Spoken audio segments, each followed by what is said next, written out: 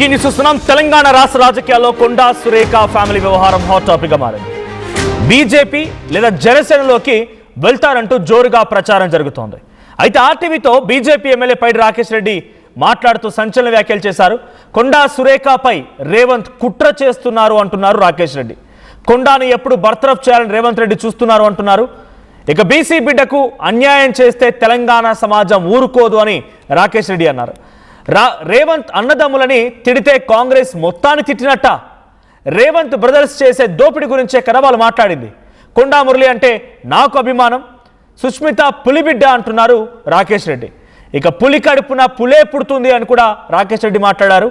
రేవంత్ వల్ల ఒరిజినల్ కాంగ్రెస్ నేతలకు అన్యాయం జరుగుతుంది అంటున్నారు పైడి రాకేష్ రెడ్డి. ఇక రేవంత్ని తప్పించి ఉత్తమ్కు సీఎం అవ్వడం ఖాయం అని కూడా ఆయన మాట్లాడుకొచ్చారు. సీఎం ప్రమాణ స్వీకార ఏర్పాట్లకి ఉత్తమ్ సిద్ధంగా ఉన్నారని రాకేష్ రెడ్డి అన్నారు.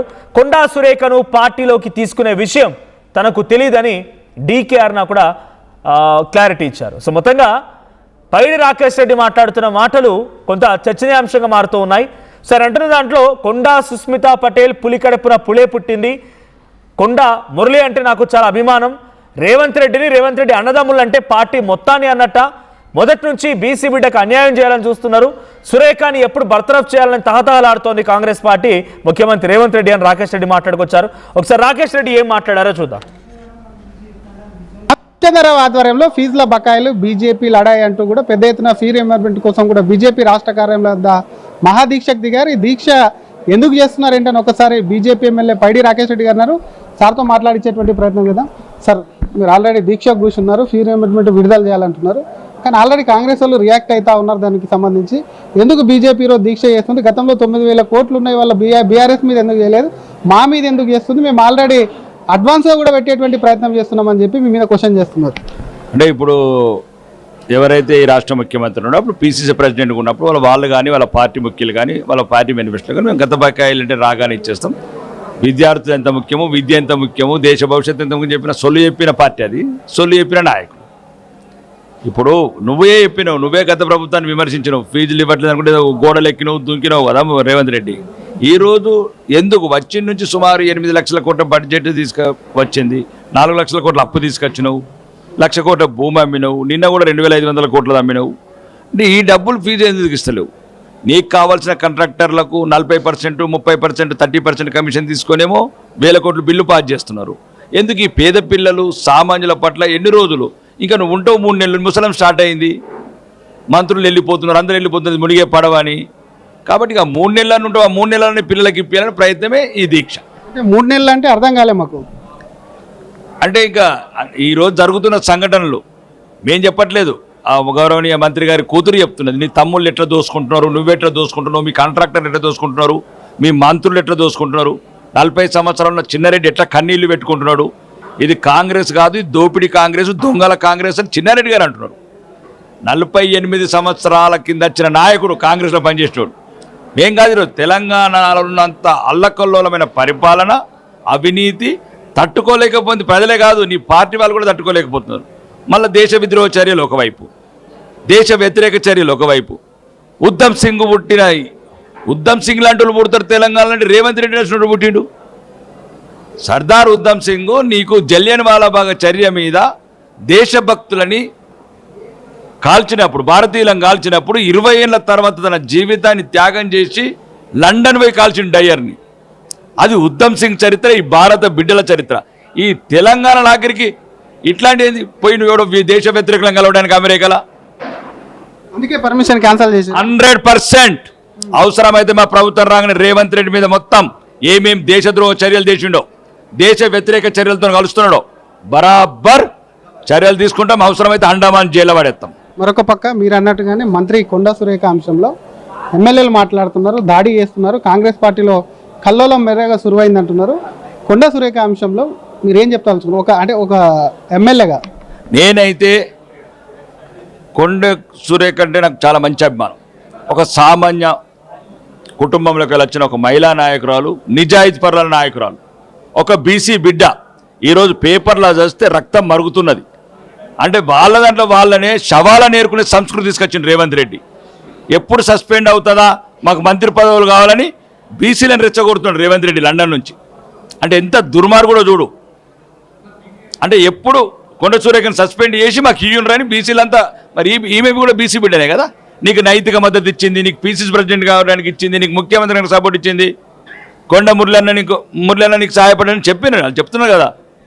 కాబట్టి నేను చెప్తున్నాను, ఒక విద్రోహ చర్యలో ఒక భాగమైన ఈ రేవంత్ రెడ్డి క్యారెక్టర్తోనే తెలంగాణ కాంగ్రెస్ మళ్ళా కుప్పకూలిపోతుంది. కానీ ఒక చర్చ అయితే జరుగుతుంది, ఎమ్మెల్యేలు మెజార్టీ ఎమ్మెల్యేలు రాలేదు, కొంత మైనార్టీ వచ్చారు, చాలా మందికి ఫోన్ చేసిరంటారు, మీతో కూడా సభ్యులు ఎవరైనా టచ్లో ఉంటారు, ఏమైనా మాట్లాడినారా ఎవరైనా కాంగ్రెస్ ఎమ్మెల్యేతో? చాలా మంది ఎమ్మెల్యేలు ఫోన్ చేస్తున్నారు, అన్న భరించలేకపోతున్నాం ఈ ముఖ్యమంత్రిని, ఈ ముఖ్యమంత్రి కుటుంబాన్ని, కొందరే మంత్రులు వేల కోట్ల అవినీతి, హైదరాబాద్లో ఉన్న భూములను దోసుకుంటున్నారు, ఒక్కొక్కరు వేల కోట్ల భూములు దోసుకుంటున్నారు, మమ్మల్ని మాత్రం పప్పు బెల్లాలనుకుంటా ఏదో నియోజకవర్గంకే పరిమితం చేస్తున్నారు, అక్కడ కూడా నిధులు రావట్లేదు, బిల్లు రావట్లేదు, ఈరోజు గ్రామాలలో తిరగలేకపోతున్నాము, చేసిన మోసపు అబద్ధాల వాగ్దానాలు అన్ని అటకెక్కించిన ఈ ముఖ్యమంత్రి కుటుంబము ఈ అవినీతిని మేము భరించలేకపోతున్నాం. కాబట్టి అన్ని రకాలుగా ఏ రోజు అవకాశం వస్తుందో, రేపు వస్తే రేపు వీలైతే రేవంత్ రెడ్డిని ఇమ్మీడియట్లీ పార్టీకి వెళ్ళి కూడా సస్పెండ్ చేయమంటున్నారు వాళ్ళు.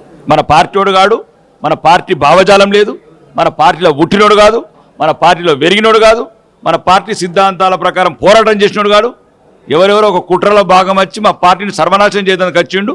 ఇప్పటికే రాహుల్ గాంధీ వాళ్ళ మొత్తం మునిగిపోయిందంటే ఈ రేవంత్ రెడ్డి వాళ్ళ కూడా తెలంగాణలో మొత్తం కాంగ్రెస్ నామరూపాలు లేకుండా పోతుందని వాళ్ళు అంటున్నారు. అదే పార్టీ మీద ఎంపీ గెలిచిండు, ఎమ్మెల్యే గెలిచిండు, మినిస్టర్ అయింది కదా, అదే గుర్తు మీద ఈయన ఒక్కడే గెలిచిండే, ఇక ఒక్కడే ఉన్నాడు, గోల్ లేడీగా ఈయన ఒక్కడే గెలిచిండే రేవంత్ రెడ్డి. రేవంత్ రెడ్డి 2 సార్లు ఓడిపోయిండు, కొడంగల్ ఓడిపోయిండు, కామారెడ్డి ఓడిపోయినాడు, మల్కాజ్గిరిలో సిట్టింగ్ సీట్ ఓడిపోయింది, మహబూబ్నగర్లో సొంత జిల్లాలో ఓడిపోయినాడు. ఎటువంటి నాయకత్వ లక్షణాలు ఈ తెలంగాణలో నాయకుడు అంటే రేవంత్ రెడ్డి ఒక్కడే. అదృష్టవంతుల భవిష్యవాణి బుక్కు దొరికితే ముఖ్యమంత్రి అయినోడు. కాబట్టి నేను చెప్తున్నాను, మొత్తానికి మొత్తం ఇప్పుడు ఫీజు రింబర్స్మెంటే కావచ్చు, తెలంగాణలో అభివృద్ధి నిరోధకుడే కావచ్చు, ఈ మధ్యన కొత్తగా దేశ వ్యతిరేక చర్యలకు పాల్పడుతున్నారు కావచ్చు, అన్ని రకాలుగా రేవంత్ రెడ్డి విఫలమైన నాయకుడు. కొండా సురేఖ ఒకటేనా, ఇంకెవరైనా ముస్లిం అంటున్నారు కాబట్టి ఇతర నాయకులు, సీనియర్ నాయకులు కోమటిరెడ్డి కావచ్చు, ఉత్తమ్ కావచ్చు, బట్టి కావచ్చు, ఇటువంటి వాళ్ళు శ్రీధర్ బాబు కావచ్చు, ఇట్లాంటి వాళ్ళు ఎవరు ఇష్యూ మీద మాట్లాడట్లేదు, వాళ్ళకి సంబంధించింది. త్వరలోనే ఉత్తమ్ కుమార్ రెడ్డి ప్రమాణ స్వీకారం చేస్తారని, గవర్నర్ అపాయింట్మెంట్ కూడా అడుగుతారని చెప్తున్నారు. ఉత్తమ్ కుమార్ రెడ్డి గారు త్వరలోనే తెలంగాణ ముఖ్యమంత్రిగా ప్రమాణ స్వీకారం చేస్తున్నాడు. గవర్నర్ గారితో చర్చలు జరుగుతున్నాయి, అక్కడ సిడబ్ల్యూసీలో కూడా చర్చలు జరుగుతున్నాయి. ఈరోజు ఈ పార్టీకి కావాల్సింది ఒక లయబిలిటీ, అంటే కాంగ్రెస్కు నిబద్ధత గల ఒక నాయకుడు కావాలి. ఇతను కంపల్గా పార్టీని అమ్మేసిపోయేటట్టున్నాడు, పార్టీని ముంచేసిపోయేటట్టున్నాడు ఒక ఇన్ఫర్మేషన్ వచ్చినట్టు అక్కడికి. కాబట్టి త్వరలోనే ఉత్తమ్ కుమార్ రెడ్డి ముఖ్యమంత్రి అవుతా ఉంటున్నారు. ఎప్పటికైనా ఉత్తమ్ కుమార్ రెడ్డి ముఖ్యమంత్రి అయినా కానీ ఫీజుల రీయింబర్స్మెంట్ ఇవ్వమని కోరుకుంటున్నారు. చివరి ఒక్క మాట, కొండా సుస్మిత చేసినటువంటి ముఖ్యమంత్రి మీద, ఒక సభా నాయకుడి మీద, ఒక పార్టీని ప్రభుత్వాన్ని నడిపించే నాయకుడి మీద ఈ విధంగా వ్యాఖ్యలు చేయడం సరికాదు. అసలు ఎందుకు కొండా సురేఖ తనకు సంబంధం లేదంటే వివరించింది. వాళ్ళ కుమార్తెనే కదా, వాళ్ళ కుమార్తె రాజకీయ కోసమే కదా అనేది. నేనైతే ఒకటి, నాకు వ్యక్తిగతంగా కొండ మురళి అంటే ఇష్టం. వ్యక్తిగతంగా పులికి పుట్టిన బుడ్డే పులి. సుస్మిత కూడా మాటలు ఎక్కడ తొట్టుబట్టలేదే. నీ తమ్ముడికి 200 కోట్లు ఎందుకు ఇచ్చినావు ముఖ్యమంత్రి? కళ్ళు ఉన్నవు గింత ఎత్తికెక్కినామని అడిగింది. ఆ కళ్ళు ఎక్కించిన వాళ్ళు మేమే, పీసీసీ ప్రెసిడెంట్ చేసినాం, మేమే సపోర్ట్ చేసినాం. ఈరోజు నీ అవినీతి అహంకారం కాకపోతే సీట్ ఎట్లా డిక్లేర్ చేస్తావు? రేవంత్ రెడ్డి పరకాలకి వెళ్ళి సీట్ ఎట్లా డిగ్రీ చేస్తాడు? అంటే పార్టీని కంపల్సరీ కాంగ్రెస్ రేవంత్ అని పెట్టుకుంటాడు త్వరలోనే. నిజమైన కాంగ్రెస్ లేదు, ఇప్పుడున్న కాంగ్రెస్ అలా రేవంత్ రెడ్డి పార్టీ మాత్రమే. రేవంత్ రెడ్డి కాంగ్రెసే, అది కాంగ్రెస్ లేదని ఆ అమ్మాయి సుష్మిత గారు అన్న దాంట్లో ఒక ఆవేశం ఉంది, ఆవేదన ఉంది. క్లియర్గా అయిపోయింది. చెప్పమను, ఇప్పుడు మేము కూడా అప్లై చేస్తాం. ఇది మన తమ్ముడికి ఇచ్చిన, మాకు కూడా ఇవ్వమను. 200 కోట్లు మేము చెప్పింది కాదు. అట్లాంటి 2 లక్షల కోట్ల అవినీతి చేసిన ఈ ముఖ్యమంత్రిని ఎవరు భరిస్తారు? నిజమైన కాంగ్రెస్ వాదులు ఎవరు భరించలేకపోతున్నారు. రెండోది, కాంగ్రెస్ సంస్కృతే కాదు. నువ్వే నామినేటెడ్ ముఖ్యమంత్రివి. నామినేటెడ్ ముఖ్యమంత్రి పరకాల సభలను పెట్టే చెప్తావు రాబోయే, అంటే నువ్వు సీట్లు డిక్లేర్ ఎత్తున్నావు. అంటే సీట్లు డిక్లేర్ ఎత్తున్నావు, నీకు సోనియా గాంధీ మీద కూడా గౌరవం లేదు, రాహుల్ గాంధీ మీద గౌరవం లేదు, ప్రియాంక గాంధీ మీద గౌరవం. నేను చెప్తున్నా కాంగ్రెస్ వాళ్ళకు, ఒకవేళ రేవంత్ రెడ్డికి సోనియా గాంధీ గారి మీద కానీ, రాహుల్ గాంధీ గారి మీద కానీ, ప్రియాంక గాంధీ గారి మీద కానీ, చివరికి మల్లికార్జున ఖార్గే గారు మా పెద్ద ఆయనకు గౌరవం ఉంటే పరకాల సభలో సీట్ ఎట్లా డిక్లేర్ చేస్తాడు? అంటే మీ కాంగ్రెస్ పార్టీలో నుండి మీ కాంగ్రెస్ మొత్తానికి మొత్తం సముద్రంలో ముంచడానికి ప్రయత్నం చేస్తున్నాడు.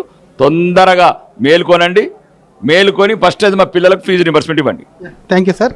ఇది అసలు కొండా సురేఖ కుమార్తె సుస్మిత కొండా మురళికి సంబంధించినటువంటి అంశంలో కూడా అసలు కొండా మురళి అంటే తనకు వ్యక్తిగత అభిమానం కాబట్టి కొండా సురేఖ మీద కొంత కుట్ర జరుగుతుందని చెప్తుంది. ఫీజు రియంబర్స్మెంట్ విడుదల చేయాలంటూ తొందరలోనే ముఖ్యమంత్రిని కూడా మారుస్తారు. ఉత్తమ్ ఒకవైపు ప్రమాణ స్వీకారం చేసేందుకు సిద్ధంగా ఉన్నారని చెప్పి బీజేపీ ఎమ్మెల్యే పైడి రాకేష్ రెడ్డి అంటున్నారు. కెమెరామెన్ రాజుతో శ్రీధర్, RTV, హైదరాబాద్.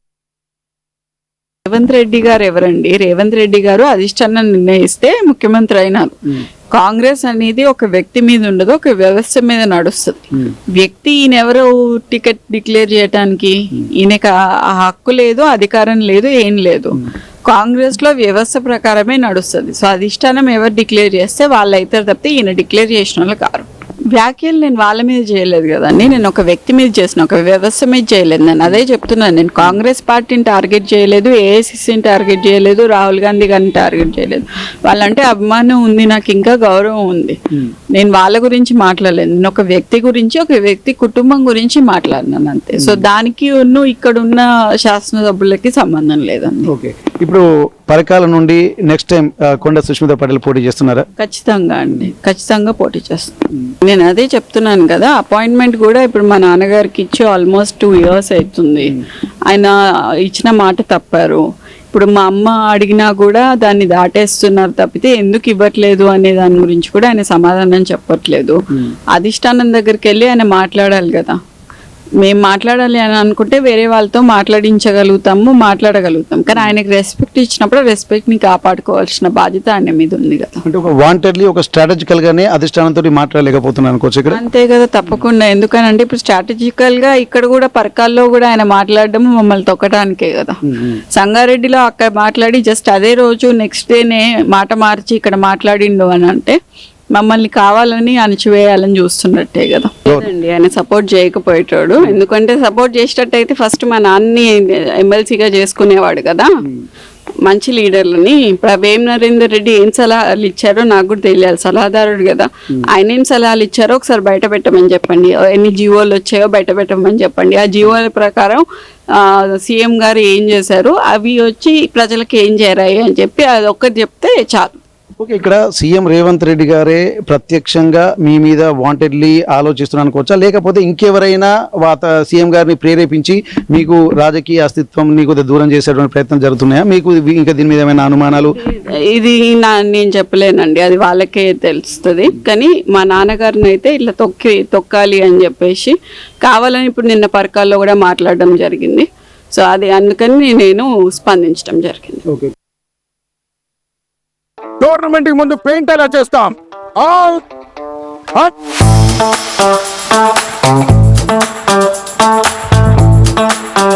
ప్లాన్ అయితే చాలా బాగుంది సార్, స్టేడియం పరిస్థితి చూడండి.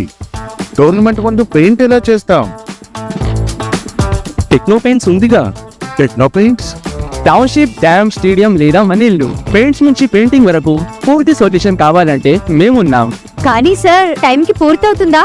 రోజుకు 23 లక్షల స్క్వేర్ ఫీట్ పెయింటింగ్ చేయగల సామర్థ్యం, 5,000 మంది స్కిల్డ్ లేబర్ టీమ్ మా వెంట ఉంది. 23 లక్షల? అవును, ప్రపంచ స్థాయి రంగులు, అద్భుతమైన షేడ్స్ తో భారతదేశపు అసలైన పెయింట్ మరియు పెయింటింగ్ శక్తిని మేమే.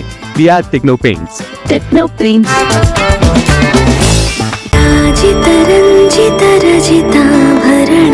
Pure in its form with grace made noble.